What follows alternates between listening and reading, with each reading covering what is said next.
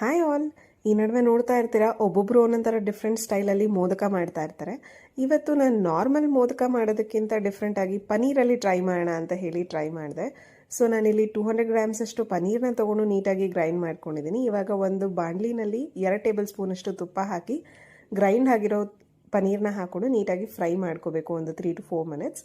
ಅದಾದ ನಂತರ 1/2 cup milk powder ಮತ್ತು ಪೌಡರ್ ಮಾಡಿರುವಂಥ ಶುಗರ್ 1/2 ಕಪ್ ಹಾಕಿ ಚೆನ್ನಾಗಿ ಮಿಕ್ಸ್ ಮಾಡ್ಕೊಳ್ಳಿ ಎಲ್ಲನೂ. ಈಗ ನಾನು 10 ರಿಂದ 15 ಕೇಸರಿ ದಳನ ಸ್ವಲ್ಪ ಬಿಸಿನೀರಲ್ಲಿ ನೆನೆಸಿಟ್ಟಿದ್ದೆ, ಅದನ್ನು ಹಾಕ್ಕೊಂಡಿದ್ದೀನಿ. ಸ್ವಲ್ಪ ಒಂದು ಪಿಂಚಷ್ಟು ಆರೆಂಜ್ ಫುಡ್ ಕಲರ್ನ ಹಾಕಿ ನೀಟಾಗಿ ಮಿಕ್ಸ್ ಮಾಡ್ಕೊತಾ ಇದ್ದೀನಿ.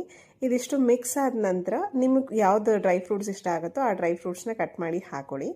ನಾನಿಲ್ಲಿ ಬಾದಾಮಿ ಮತ್ತು ಗೋಡಂಬಿನ ಯೂಸ್ ಮಾಡ್ಕೊಂಡಿದ್ದೀನಿ, ಪಿಸ್ತಾನ ಯೂಸ್ ಮಾಡಿದ್ದೀನಿ. ಸ್ವಲ್ಪ ಏಲಕ್ಕಿ ಪುಡಿ ಹಾಕಿ ಚೆನ್ನಾಗಿ ಮಿಕ್ಸ್ ಮಾಡ್ತು ಅಂತ ಹೇಳಿದ್ರೆ ಒಂದು 5 to 8 ಮಿನಿಟ್ಸ್ ಮಿಕ್ಸ್ ಮಾಡಿದ್ರೆ ನಿಮಗೆ ಈ ಥರ ಸ್ವಲ್ಪ ಗಟ್ಟಿ ಆಗುತ್ತೆ ಪೇಸ್ಟ್ ಅದು. ಅದನ್ನು ಒಂದು ಪಾತ್ರೆಯಲ್ಲಿ ತೊಗೊಂಡು ಒಂದು ಪ್ಲೇಟಿಗೆ ಹಾಕೊಂಡು ನೀಟಾಗಿ ನಾನು ಮಿಕ್ಸ್ ಮಾಡ್ಕೊತಾ ಇದ್ದೀನಿ ಎಲ್ಲ ಕಂಪ್ಲೀಟ್ಲಿ ಕೈಯಿಂದ ನೀಟಾಗಿ ಟೆಕ್ಸ್ಚರ್ ಚೆನ್ನಾಗಿ ಬರಲಿ ಅಂತ ಹೇಳಿ ಸ್ವಲ್ಪ ತುಪ್ಪ ಹಾಕಿಬಿಟ್ಟು. ಈಗ ನಾನಿಲ್ಲಿ ಮೋದಕ ಮಾಡೋದಕ್ಕೆ ಮೌಲ್ಡ್ ತೊಗೊಂಡಿದ್ದೀನಿ. ಮೋದಕ ಮೌಲ್ಡಲ್ಲಿ ಒಂದು 3 ಥರ ಬರುತ್ತೆ, ಒಂದು ಚಿಕ್ಕದು, ಒಂದು ಮೀಡಿಯಮ್ ಸೈಜು, ಇನ್ನೊಂದು ಲಾರ್ಜ್ ಬರುತ್ತೆ. ನಾನಿಲ್ಲಿ ಆ್ಯಕ್ಚುಲಿ ದೊಡ್ಡದೇ ಮೌಲ್ಡ್ ತರಿಸಿಟ್ಕೊಂಡಿದ್ದೆ. ಸೊ ಹಾಗಾಗಿ ಈಗ ಮೋದಕದ ಮೌಲ್ಡಿಗೆ ಸ್ವಲ್ಪ ತುಪ್ಪ ಸವರ್ಬಿಟ್ಟು ಡ್ರೈ ಫ್ರೂಟ್ಸ್ನ ಬೇಕಾದರೂ ನೀವಲ್ಲಿ ಹಾಕೋಬೋದು ಸ್ಟಫಿಂಗ್ ಒಳಗಡೆಗೆ ಅಂತ ಹೇಳಿ.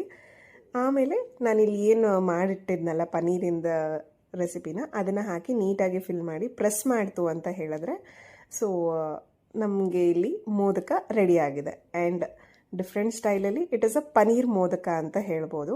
ಇದನ್ನು ನೀವು ಮೋದಕ ಶೇಪ್ ಅಲ್ದಿರ ಬೇರೆ ಯಾವುದೇ ಸ್ವೀಟ್ ಶೇಪ್ ಕೊಟ್ಟರು ತುಂಬ ಚೆನ್ನಾಗಿತ್ತು ಟೇಸ್ಟ್. ಆ್ಯಕ್ಚುಲಿ ಮಕ್ಕಳಿಗಂತೂ ತುಂಬ ಫೇವ್ರೇಟ್ ಆಗುತ್ತೆ, ಇಷ್ಟ ಆಗುತ್ತೆ. ಒಂದ್ಸರಿ ಟ್ರೈ ಮಾಡಿ ನೋಡಿ ರೆಸಿಪಿನ ಮನೆಯಲ್ಲಿ. ನಮ್ಮ ಮನೇಲಂತೂ ಎಲ್ಲರಿಗೂ ತುಂಬ ಇಷ್ಟ ಆಯಿತು.